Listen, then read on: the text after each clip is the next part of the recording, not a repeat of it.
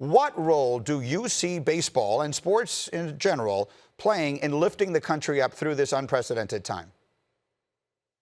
Well, baseball has a history of doing this, Mike, and I think a lot of it is that we're asking a lot of our society to isolate. We're asking them to stay at home, and I think giving them something that is a unifying dynamic, normalcy, baseball, what it's done in the past, why the politicians of our day, President Trump and Mayor Como and Mayor of Chicago, uh, many politicians are now seeking, I think, that aspect of normalcy that we want in our American culture, and yet we have to do it in a very safe manner and do it in a way that where we know more about this virus.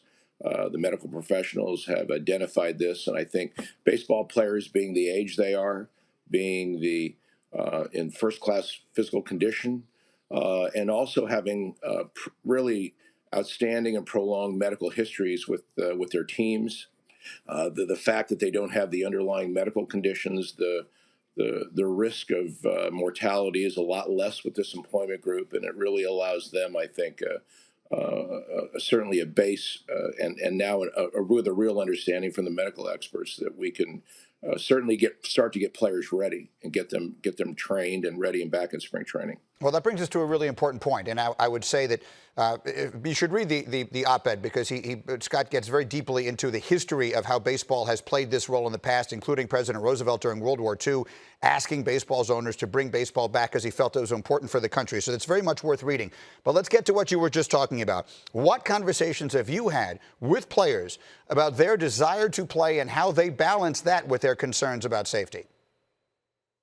Well, obviously the players I represent, we've had conversations with well over, 100 major leaguers, and the athletes are they're understanding. We have given them a lot of information from many of the physicians that treat them, the epidemiologists, virologists. The data is much more profound and exhibited today. And I think one thing we know is that this virus has a clear impact. It's not going away. It has a dramatic impact on those of higher ages and people with underlying medical conditions. And fortunately, the athletes of baseball, those parameters carry much less risk with this. We've looked at the hospitalization rates of people in this age group without underlying medical conditions. We've looked at the mortality rates, both in where they could play in spring training in those states. One of the epidemiologists from UC Berkeley pointed out about being locally observant and appropriate as to how you where and how you treat this virus. And certainly those in Florida and Arizona, frankly, in many states now, the mortality rates are much lower than they are in the Northeast. So when you look at that and you look at the risk that are related to the players, I think they're much more comfortable now with returning. Also, the treatments that are available now are more defined.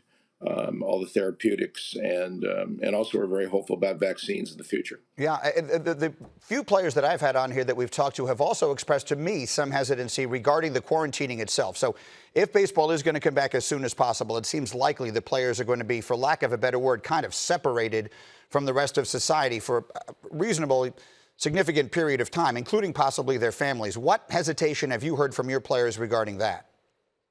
Well, I think we have to set up models as we do in medicine, and that is you can certainly head to spring training, and I think players that I represent have all said they're willing to look at this for 30 days and be isolated and phase in spring training with, say, pitchers and catchers first. I think one of the things we have to consider, Mike, though, is that we need to do this.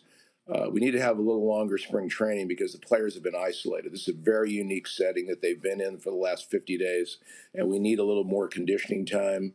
We need more time before we get to the skill part of the game than we have in the past. So it's a very different process. But I think one thing that's clear is that we have involved the people. They're going to have doctors there. They're going to have their trainers there.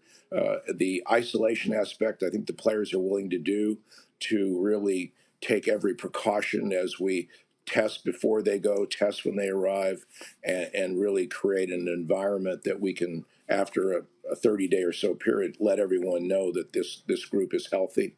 We also have an international community that we have to do well in advance because we have to bring them here and get a look at where they're at, and that may be additional time. We have to have isolation spaces for those who test positive, and we also have to have I think a period of time for those to integrate back in. So it's going to take a little bit more time, I think, than the norm to bring baseball back and get players ready. And then I think during that time we can decide what the schedule can be, because as one thing we're learning about this, the more time we spend studying the virus and collecting the medical information, the more efficient of a schedule I think we can have. And we also have the month of October that we can use as a regular season now by the players' agreement. So I think we can put together something that can really help America. Thank you for watching ESPN on YouTube. For live streaming sports and premium content, subscribe to ESPN+.